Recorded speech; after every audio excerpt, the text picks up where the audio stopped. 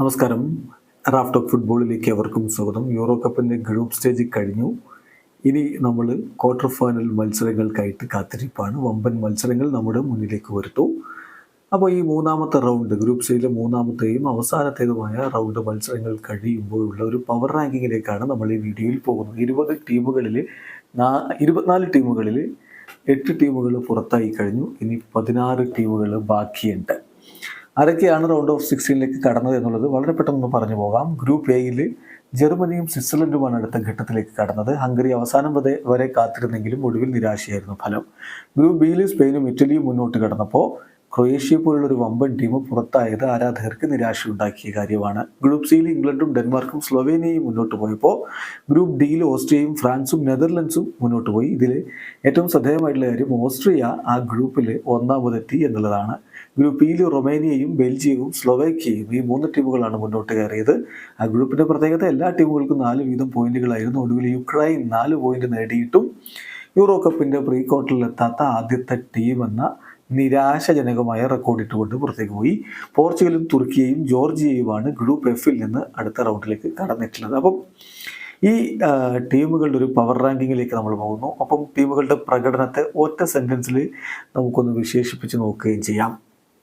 പുറത്തായല്ലോ Scotland, പ്രത്യേകിച്ചൊന്നും പറയാനില്ല.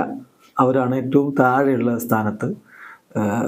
Not good enough from the start. തുടക്കം മുതൽ അവർ ഈ യൂറോ കളിക്കാൻ അത്ര ഒരു മികവിലായിരുന്നില്ല എന്നർത്ഥം. 23 അൽബേനിയയെ സംബന്ധിച്ചിടത്തോളം അവർ നല്ല പോരാട്ട വീര്യം കാഴ്ചവെച്ചിട്ടുണ്ട്. സിൽവിഞ്ഞൊക്കെ കൈയടിക്കണം. But couldn't survive the group of death. മരണ ഗ്രൂപ്പിൽ നിന്ന് മുന്നോട്ട് കയറാൻ അവർക്ക് കഴിഞ്ഞില്ല എന്ന് പറയേണ്ടി വരും. ഈ 22ാമത് Poland fought hard despite being already out. അത് അവസാനം ആ രൂപത്തിലാണ് വന്നത്. അതിൽ റോബർട്ട് ലെവൻഡോസ്കിയുടെ പരിക്കൊക്കെ അവർക്ക് പ്രശ്നമായി മാറിയിട്ടുണ്ട്. എനിവേ പ്രത്യേകിച്ചൊന്നും ചെയ്യാനുണ്ടായിരുന്നില്ല. 21ാമത് Serbia disappointing end to a poor campaign. അതാണ് അവരുടെ പ്രകടനത്തെക്കുറിച്ച് വിശേഷിപ്പിക്കാൻ പറ്റുക. വളരെ നിരാശജനകമായിട്ടുള്ളൊരു അവസാനം, പുവർ ക്യാമ്പയിൻ ആയിരുന്നു അവർക്ക് ഈ Euro. 20 Croatia heart break for Modric and company. മോഡ്രിച്ചിൻ്റെ ഒരുപക്ഷെ അവസാനത്തെ യൂറോ കപ്പായിരിക്കും. അത് നിരാശജനകമായ രൂപത്തിൽ അവസാനിച്ചതിൽ ആരാധകർക്ക് വലിയ സങ്കടമുണ്ട്. ദെൻ 19 ഹംഗറി ലേ ഡ്രാമ കുഡിൻ സേവ് ദം. അതാണ് അവരുടെ കാര്യത്തിൽ പറയാനുള്ളത്.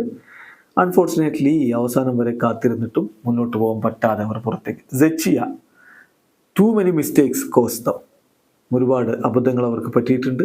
അതിൻ്റെ പ്രതിഫലമായിട്ടാണ് അവർ പുറത്തേക്ക് പോയത്. 18ാമതാണ് സെച്ചിയെങ്കിൽ 17 Ukraine best of the eliminated teams. ഒരു സംശയമില്ലല്ലോ കാര്യത്തിൽ. പുറത്തായ ടീമുകളിൽ ബെസ്റ്റ് അവരാണ് എന്ന് പറയേണ്ടി വരും. So 17ാമതാണ് Ukraine. പുറത്തായവരിൽ നമ്മൾ തലപ്പത്തിട്ടിരിക്കുന്നവരെയാണ്. 4 പോയിന്റ് അവർക്കുണ്ട്. 4 പോയിന്റ് കിട്ടിയിട്ടും മുന്നോട്ട് പോകാൻ പറ്റാത്ത ഒരേ ഒരു ടീം. ഇനിയുള്ള ടീമുകളൊക്കെ അടുത്ത റൗണ്ടിലേക്ക് കടന്നവരാണ്. അവരുടെ കിരീട സാധ്യതകളനുസരിച്ച് നമ്മൾ അവർക്ക് ഓരോ സ്ഥാനം കൊടുക്കുകയാണ്, പവർ റാങ്കിങ് കൊടുക്കുകയാണ്. 16ാമത് സ്ലൊവേക്കിയാണ്. അവരുടെ ഒരു ഗോൾ എന്ന് പറയുന്നത് നോക്കൗട്ടിലേക്ക് എത്തുക എന്നുള്ളതായിരുന്നു. അതവർ നേടിയെടുത്തിട്ടുണ്ട്. ദെൻ 15ാമതാണ് സ്ലൊവേനിയ നമ്മുടെ പവർ റാങ്കിങ്ങിൽ ക്വാളിഫൈഡ്, സ്പാർക്കിംഗ് ബിഗ് സെലിബ്രേഷൻസ്. തീർച്ചയായിട്ടും സ്ലൊവേനിയക്കും ഇനി ഒരുപാട് മുന്നോട്ട് പോക്കുണ്ട് എന്ന് അധികം പേരും കരുതുന്നുണ്ടാവില്ല. ജോർജിയ ദി മിറാക്കിൾ ഹാപ്പൻഡ് എന്ന് തന്നെ പറയേണ്ടി വരും. അതാണ് അവരെക്കുറിച്ച് പറയാനുള്ളൊരു സെൻറ്റൻസ്. The miracle happened. ജോർജിയയുടെ ടീമിൻ്റെ വിശകലനം നമ്മൾ യൂറോ കപ്പിന് മുമ്പ് നടത്തി നിങ്ങൾക്ക് ഓർമ്മയുണ്ടാകും. കറുത്ത കുതിരകളാവാൻ കെൽപ്പുള്ളൊരു ടീം എന്ന് നമ്മൾ അവരെ വിശേഷിപ്പിച്ചിരുന്നു. അതിന് പറ്റിയ ഗോൾ കീപ്പറുണ്ട്. അതിന് പറ്റിയ രൂപത്തിലൊരു സൂപ്പർ താരം കിച്ചാക്കയുടെ സ്കേലിയയിലൂടെ അവർക്കുണ്ട്. മോശമല്ലാത്ത പോരാട്ട വീര്യം കാഴ്ചവെക്കാൻ മറ്റു താരങ്ങളുമുണ്ട് എന്ന് നമ്മൾ പറഞ്ഞിരുന്നു. ഇപ്പോൾ അത് സംഭവിച്ചിരിക്കുകയാണ്. അവരുടെ താരമാണ് ടോപ്പ് സ്കോറർ എന്ന കാര്യം കൂടി നോക്കുക. ഏതായാലും ജോർജിയ പോർച്ചുഗലിനെയും പരാജയപ്പെടുത്തിയിട്ടുണ്ട് എന്ന കാര്യം ആരാധകരെ സംബന്ധിച്ചിടത്തോളം ഒരു അത്ഭുതം തന്നെയാണ്. ജോർജിയ ആ ഒരു മിറാക്കിൾ ചെയ്ത് കാണിച്ചിരിക്കുന്നു. സോ അവർ 14ാമതാണ് നമ്മുടെ പവർ റാങ്കിങ്ങിൽ. 13ാമത് ബെൽജിയം.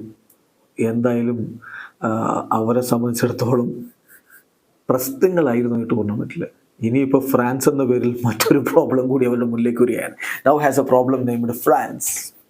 എങ്ങനെയായിരിക്കും ബെൽജിയം മുന്നോട്ട് പോവുക ഫ്രാൻസിനെതിരെ എന്നൊക്കെ കണ്ടറിയണം. നിരാശപ്പെടുത്തിയൊരു ക്യാമ്പയിനാണ്, പക്ഷേ റൗണ്ട് ഓഫ് 16 കടന്നിട്ടുണ്ട്. ഡെൻമാർക്കാണ് 12ാമത്. 3 straight draws. അതാണ് അവരെ സംബന്ധിച്ചിടത്തോളം സംഭവിച്ചത്. 3 straight draws. And Germany next. Germany നമുക്കറിയാമല്ലോ, കിടിലൻ തുടക്കമിട്ടതാണ്. അവസാന കളി നോക്കണ്ട, കിടിലൻ തുടക്കമിട്ടതാണ്. അതുകൊണ്ട് തന്നെ ജർമ്മനിക്കെതിരെ ഡെൻമാർക്ക് പാടുപെടും എന്നാണ് നമ്മൾ പ്രതീക്ഷിക്കുന്നത്. 11ാമത് റൊമേനിയ.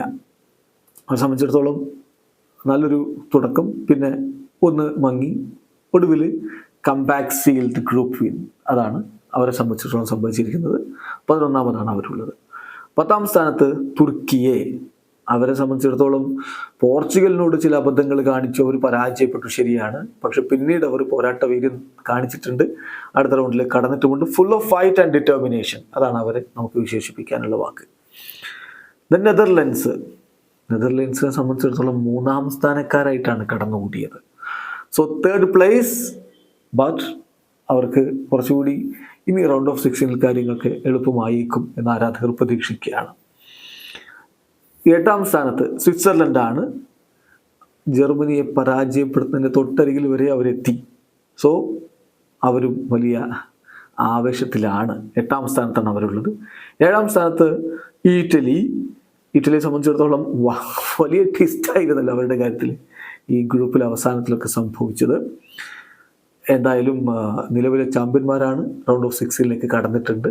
ഇറ്റലിയെ നമുക്ക് ഒരിക്കലും എഴുതി തള്ളാൻ കഴിയില്ല. കിരീട സാധ്യതയുള്ളവരുടെ കൂട്ടത്തിൽ ഇപ്പോഴും നമ്മൾ അവരെ പെടുത്തുന്നു. 6ാം സ്ഥാനത്ത് ഇംഗ്ലണ്ട്.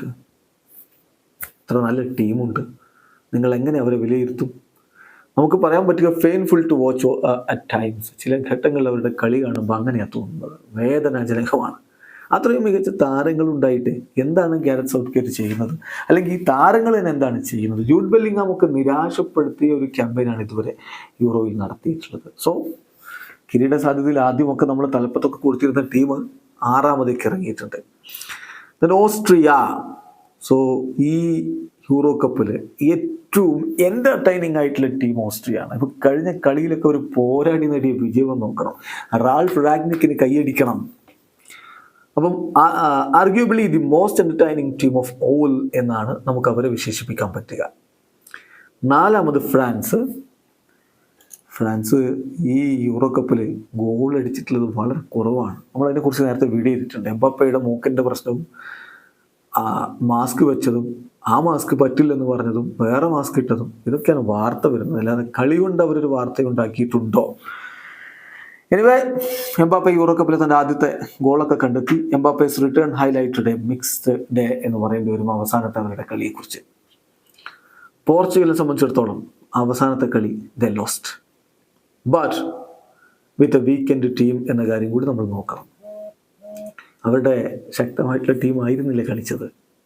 ക്രിസ്ത്യാനോ ഉണ്ടായിരുന്നു, ഡിയേഗോ കോസ്റ്റ ഉണ്ടായിരുന്നു, ഒക്കെ സമ്മതിക്കുന്നു. പക്ഷേ സാധാരണ കളിക്കുന്ന 11 അല്ല കളിച്ചത് എന്ന കാര്യം മറക്കേണ്ട. അപ്പോൾ അവരെ എഴുതി തള്ളേണ്ടതില്ല. ഗ്രൂപ്പിൽ നിന്ന് അവർ 1ാമതായി കൊണ്ട് തന്നെ അടുത്ത റൗണ്ടിലേക്ക് കടന്നിട്ടുമുണ്ട്. സ്റ്റിൽ പോർച്ചുഗൽ നല്ല സാധ്യത നമ്മൾ കാണുന്നു. ജർമ്മനിയെ സംബന്ധിച്ചിടത്തോളം ഇപ്പോൾ അവസാന കളി ജയിച്ചോ ഇല്ലയോ എന്നുള്ളതല്ല, അവർക്ക് ആ ഒരു മികച്ച തുടക്കം ലഭിച്ചിട്ടുണ്ടായിരുന്നു. ആ ഒരു മൊമെൻറ്റം അവർ കീപ്പ് ചെയ്യും എന്ന് തന്നെയാണ് പ്രതീക്ഷിക്കുന്ന വരുന്ന മത്സരങ്ങളിൽ. So 2ാമതാണ് Germany. 1ാമത് സ്പെയിനെ സംബന്ധിച്ചിടത്തോളം എന്താ നമുക്ക് പറയാൻ പറ്റിയ അവരുടെ കളി കാണുമ്പോൾ മേക്കിംഗ് ഇറ്റ് ലുക്ക് ഈസി എന്ന് പറയേണ്ടി വരും. കാര്യങ്ങളൊക്കെ എളുപ്പമാക്കി മാറ്റുന്നൊരു സ്പെയിൻ. ഈ യൂറോ കപ്പിൽ ഗ്രൂപ്പ് സ്റ്റേജിൽ കളിച്ച 3 കളികളും ജയിച്ച് ഒറ്റ ടീമേ ഉള്ളൂ, അത് സ്പെയിനാണെന്ന് ഓർക്കുക. സ്പെയിന് മിന്നിക്കത്തിക്കൊണ്ട് തന്നെയാണ് മുന്നോട്ട് പോയിക്കൊണ്ടിരിക്കുന്നത്. ഏതായാലും ഇനി എല്ലാവരും ആ റൗണ്ട് ഓഫ് 16 മത്സരങ്ങൾ കാത്തിരിക്കുകയാണ്. തകർപ്പൻ പോരാട്ടങ്ങളാണ് നമ്മുടെ മുന്നിലേക്ക് വരുന്നത്. ആദ്യ മത്സരം 29-ാം തീയതി രാത്രി 9:30 സ്വിറ്റ്സർലൻഡാണ് ഇറ്റലിയുടെ എതിരാളികൾ. അതൊരു കിടലൻ പോരാട്ടമായിരിക്കും എന്ന കാര്യത്തിൽ തർക്കമേ വേണ്ട. അന്ന് രാത്രിയാണ് ജർമ്മനി ഡെൻമാർക്കുമായിട്ട് ഏറ്റുമുട്ടുന്നത്. നിലവിലെ ഫോമിൽ ജർമ്മനിക്ക് മുന്നോട്ട് പോകാൻ കഴിയും എന്ന് തന്നെ ആരാധകർ പ്രതീക്ഷിക്കുന്നു. ഇംഗ്ലണ്ടിന് സ്ലോവാക്യയാണ്. അത്ര വലിയൊരു ബുദ്ധിമുട്ട് ഇംഗ്ലണ്ടിന് ഉണ്ടാവില്ല എന്ന് കരുതുന്നു. അല്ലെങ്കിൽ പിന്നെ ഇംഗ്ലണ്ടിൻ്റെ പെർഫോമൻസ് നമുക്കറിയാമല്ലോ, അത്ര ശുഭകരമല്ല എന്നുള്ളത് കൊണ്ടൊരു ചെറിയ ആശങ്കയുണ്ട്. ഞായറാഴ്ച രാത്രി 9:30 കളി. അന്ന് രാത്രി 12:30 സ്പെയിൻ ജോർജിയക്കെതിരെ കളിക്കുന്നത്. സ്പെയിൻ ഇപ്പോഴത്തെ ഫോം വെച്ച് അവർക്ക് ജോർജിയ എന്നല്ല ആരെയും തോൽപ്പിക്കാൻ കഴിയും. എന്നാൽ ജോർജിയ അത്ര എളുപ്പത്തിൽ കീഴടങ്ങാൻ തയ്യാറുള്ള ടീമല്ല എന്നുള്ളത് ഓൾറെഡി അവർ പോർച്ചുഗലിനോടുള്ള കളിയിലൂടെ തെളിയിച്ചു കഴിഞ്ഞു. പിന്നെ ജൂലൈ 1 രാത്രി, അതായത് തിങ്കളാഴ്ച രാത്രി 9:30 ഫ്രാൻസാണ് ബെൽജിയത്തിൻ്റെ എതിരാളികൾ.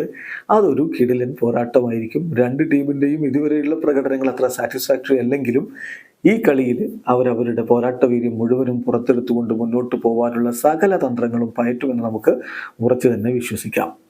Then Portugal versus Slovenia July 1 രാത്രിയാണ് ആ കളി. പക്ഷെ നമുക്ക് പറയുമ്പോൾ ജൂലൈ 2 പുലർച്ചെ 12:30 പോർച്ചുഗൽ വേഴ്സസ് സ്ലൊവേനിയ. ഗ്രൂപ്പിൽ അവസാന കളി തോറ്റു, ശരിയാണ്. പക്ഷേ അത് അവരുടെ ശക്തമായിട്ടുള്ള ടീമിനെ വെച്ചല്ല പോർച്ചുഗൽ കളിച്ചതെന്ന് നമ്മൾ വിശദീകരിച്ചു കഴിഞ്ഞു. അതുകൊണ്ട് തന്നെ മുഴുവൻ ശക്തിയും എടുത്തു വരുന്ന റോബർട്ടോ മാർട്ടിനസിൻ്റെ സംഘം ക്രിസ്ത്യാനോ റൊണാൾഡോയുടെ നേതൃത്വത്തിൽ ക്വാർട്ടർ ഫൈനലിലേക്ക് കടക്കുമെന്ന പ്രതീക്ഷയിൽ ആരാധകർ കാത്തിരിക്കുന്നു. ഇതുവരെ താൻ കളിച്ച ഒറ്റ മേജർ ടൂർണമെൻറ്റിലും ഗ്രൂപ്പ് സ്റ്റേജിൽ ഗോൾ അടിക്കാതിരുന്നിട്ടില്ല CR7 എങ്കിൽ ഇത്തവണ അത് സംഭവിച്ചിരിക്കുന്നു. ഇനി നോക്കൗട്ടിൽ ഗോൾ ഇല്ല എന്നുള്ള പരാതി അത് അദ്ദേഹം ഇത്തവണ അങ്ങ് തീർത്തു കൊടുത്താൽ പോർച്ചുഗലിന് തീർച്ചയായിട്ടും വലിയ പ്രതീക്ഷകളുണ്ട്. ജൂലൈ 2 രാത്രി 9:30 റൊമേനിയക്കെതിരെയാണ് നെതർലൻഡ്സിൻ്റെ പോരാട്ടം. എന്താവും കണ്ടറിയുക. ദെൻ അന്ന് രാത്രി 12:30 ഓസ്ട്രിയ വേഴ്സസ് തുർക്കിയെ പോരാട്ടം. രണ്ട് പോരാട്ട വീര്യം കൃത്യമായിട്ട് ഈ ടൂർണമെൻറ്റിൽ കാണിച്ചു തന്ന ടീമുകൾ തമ്മിലാണ് ആ പോരാട്ടം എന്ന കാര്യം ഓർക്ക്. ചുരുക്കത്തിലൊരു പോരാട്ടമയമാണ് അവിടെ. അപ്പോൾ ഒരു നല്ല കളി ആ കളിയിൽ നമുക്ക് കാണാൻ പറ്റും എന്ന് തന്നെ പ്രതീക്ഷിക്കാം. ഇതാണ് ഇപ്പോൾ നമുക്ക് പറയാനുള്ളത്. നിങ്ങൾക്ക് വ്യത്യസ്തമായ അഭിപ്രായങ്ങളുണ്ടാവും, കമൻറ്റ് ബോക്സിൽ രേഖപ്പെടുത്തുക. വീഡിയോ അവസാനിക്കുന്നു. ഫുട്ബോൾ ലോകത്തെ കൂടുതൽ വിശേഷങ്ങളുമായി ഗ്രാഫ് ടോക്സ് എത്താം.